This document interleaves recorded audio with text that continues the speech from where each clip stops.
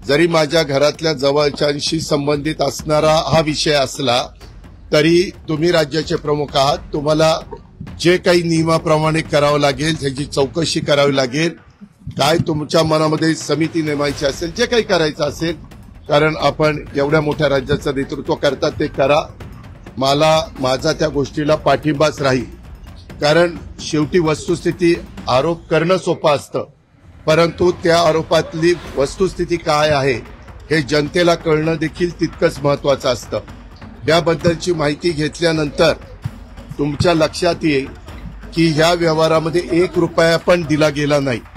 तरी मोठे मोठे आकडे सांगितले, मोठ्या मोठ्या गोष्टी सांगितल्या गेल्या की मी पहिल्यांदा तुमच्याशी बोललो त्यावेळी स्पष्टपणे सांगितलेलं होतं, आजपर्यंतच्या माझ्या गेल्या 35 वर्षाच्या राजकीय जीवनामध्ये मी कधी नियम सोडून कुठलं काम त्या ठिकाणी केलेलं नाही.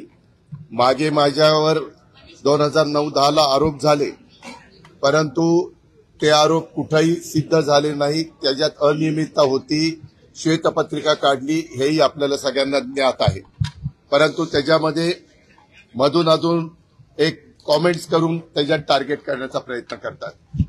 या व्यवहारामध्ये देखील मला अजिबात काही माहिती नव्हतं. माहिती असतं तर मी लगेच सांगितलं असतं, हो मला विचारून ते व्यवहार झालेला आहे. आणि मी कुणालाही माझ्या जवळच्या घरातल्या नातेवाईकांनी, माझ्या मुलांनी, माझ्या जे कोणी जवळचे सहकारी असतील यांनी कुणी जरी व्यवहार केला किंवा काही गोष्ट केली तर त्यांना मी सांगत असतो की संपूर्ण गोष्ट कायद्याच्या नियमाला धरूनच त्या ठिकाणी केली पाहिजे. आता या व्यवहारामध्ये मी जी माहिती घेतली त्याच्यामध्ये चर्चा मोठ्या प्रमाणावर सुरू झाल्यावर आपल्या राज्याचे मुख्यमंत्री नागपूरला होते, त्यावेळेस मी त्यांच्याशी फोनवर संपर्क साधला आणि मी त्यांना सांगितलं, जरी माझ्या घरातल्या जवळच्यांशी संबंधित असणारा हा विषय असला तरी तुम्ही राज्याचे प्रमुख आहात, तुम्हाला जे काही नियमाप्रमाणे करावं लागेल त्याची चौकशी करावी लागेल, काय तुमच्या मनामध्ये समिती नेमायची असेल, जे काही करायचं असेल, कारण आपण एवढ्या मोठ्या राज्याचं नेतृत्व करतात ते करा. मला माझा त्या गोष्टीला पाठिंबाच राहील, कारण शेवटी वस्तुस्थिती आरोप करणं सोपं असतं, परंतु त्या आरोपातली वस्तुस्थिती काय आहे हे जनतेला कळणं देखील तितकंच महत्वाचं असतं. याबद्दलची माहिती घेतल्यानंतर तुमच्या लक्षात येईल की ह्या व्यवहारामध्ये 1 रुपया पण दिला गेला नाही. तरी मोठे मोठे आकडे सांगितले, मोठ्या मोठ्या गोष्टी सांगितल्या गेल्या आणि विरोधकांनी पण आम्हाला वेगवेगळ्या पद्धतीनं टार्गेट करण्याचा प्रयत्न केला. साहजिकच आहे, विरोधक त्याचा बदनाम म्हणजे आम्हाला टार्गेट करण्याचा प्रयत्न करणार तो त्यांचा अधिकार आहे, त्या खोलात मला जायचं नाही. परंतु मला आज संध्याकाळी कळालं की ह्यामध्ये ते जे काही डॉक्युमेंट झालेले होते ते सगळे कॅन्सल करण्यात आलेले आहेत. जो काही व्यवहार झालेला होता तो कॅन्सल करण्यात आलेला आहे. दुसरी गोष्ट, या राज्याचे ऍडिशनल चीफ सेक्रेटरी रेव्हेन्यू यांच्या अध्यक्षतेखाली काही विभागीय आयुक्त आणि काही वेगवेगळे मान्यवर यांची समिती आजच काहीतरी जाहीर करण्यात आलेली, विभागीय आयुक्त पुणे, अप्पर मुख्य सचिव, महसूल मुद्रांक नोंदणी, जमाबंदी आयुक्त आणि संचालक भूमी अभिलेख, नोंदणी महानिरीक्षक व मुद्रांक नियंत्रक पुणे, जिल्हाधिकारी पुणे आणि सहसचिव मुद्रांक महसूल व वन विभाग, आणि त्यांना ह्या संदर्भामध्ये ह्या सगळ्याची चौकशी करून हे साधारण 1 महिन्याच्या आत हा अहवाल सादर करावा अशा पद्धतीनं सूचना केलेल्या आहेत की मौजे मुंडवा, तालुका पुणे शहर, जिल्हा पुणे येथील सर्वे नंबर 88 मधील जमीन खरेदीच्या दस्तामध्ये झालेल्या अनियमिततेबाबत चौकशीसाठी चौकशी समिती नियुक्त केलेली आहे. तिनं पण पारदर्शकपणे काम करावं. साहजिकच आहे, राज्यातल्या प्रमुखांनी सांगितल्यावर त्यांचं कामच आहे. आणि हे अधिकारी जर तुम्ही बघितले तर विकास खारगे यांचं गेले अनेक वर्षाचं काम एक स्वच्छ अधिकारी म्हणून त्यांची प्रशासनामध्ये प्रतिमा आहे आणि बाकीच्याही अधिकाऱ्यांची तशाच प्रकारची प्रतिमा आहे.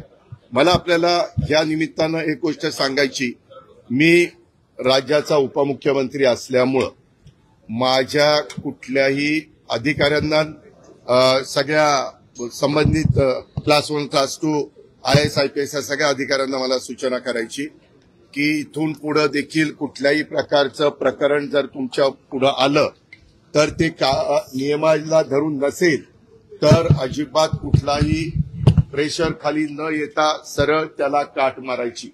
कुणी माझ्या जवळचा नातेवाईक असो नाहीतर कुणी माझ्या नावाचा वापर करून कुणी काही केलेलं असलं तर हे मला चालत नाही, चालणार पण नाही.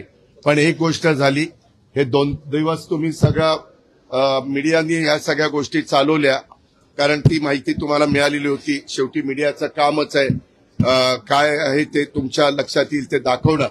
पण त्याच्यामध्ये अजून पण इतर वेगवेगळे बाबी आमच्या वेगवेगळ्या भागातनं मला वाटतं बारामतीतनं पण काही असं झालंय तसं झालंय. माझं म्हणणं की ज्यांच्याकडं याबद्दलचे चुकीच्या गोष्टी झालेल्या असतील त्या सर्व बाबींची चौकशी संबंधित अधिकाऱ्यांनी करावी. मागच्याही काळामध्ये जे कुठले व्यवहार झाले असतील त्याच्यामध्ये कुठेही आपण नियमाला बगल देऊन कुठल्याही गोष्टी केलेल्या नाहीत. तो माझा स्वभाव नाही. मी अतिशय स्पष्टपणे या गोष्टी तुमच्या माध्यमातून राज्यातल्या जनतेलाही सांगू इच्छितो आणि गेले 2 दिवस ह्याच्याबद्दल जे काही बातम्या आल्या आणि त्याच्यातून माझ्याबद्दल गैरसमज झालेला असेल तर त्यांनाही याबद्दल अतिशय स्पष्टपणे मी सांगू इच्छितो.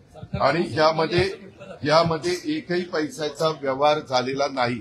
आता तो का झाला नाही, व्यवहार झालेला नसताना कसं रजिस्ट्रेशन झालं, ते कुणी दिलं, हा सगळ्या तपासाचा भाग आहे. आणि त्याच्यामुळं संबंधित हे 1 महिन्याच्या आत त्याचा सगळा तपास करतील. पण त्याच्यामध्ये FIR पण दाखल झालेली. त्याच्या संदर्भामध्ये मला कळलं 2 पोलीस स्टेशनला FIR दाखल झाल्या. अशा पद्धतीनं त्याच्यामुळं पोलिसांचं काम करणार, त्याच्यात पण कुणाला राजकीय हस्तक्षेप करण्याचं कारण नाही. पूर्णपणे पारदर्शकपणे ह्याची सगळ्याची चौकशी झाली पाहिजे आणि दूध का दूध पाणी का पाणी हे सगळं पुढे आलं तुम्हाला पाहिजे. टार्गेट केलं जात आहे का? टार्गेटेड आहात का? तुम्हाला टार्गेट केलं जात आहे का?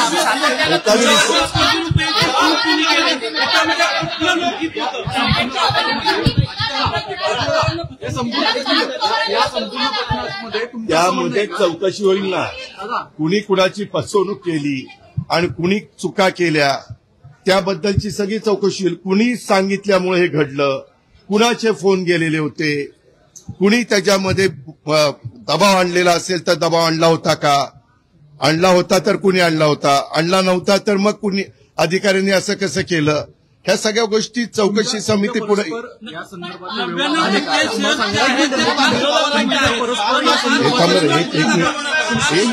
तुमच्या परस्पर या संदर्भातले व्यवहार पार्थ यांनी केले का असं तुम्हाला सांगायचंय का?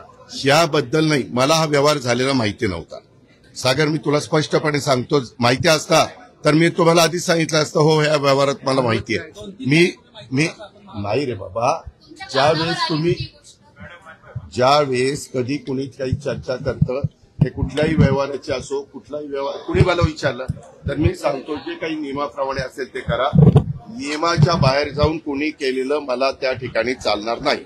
मी आज दुपारी माझ्या ऑफिसच्या प्रत्येक अधिकारी जे आहेत त्यांनाही विचारलं की तुम्ही DCM ऑफिसमधनं कुणाला फोन करून दबाव आणला का?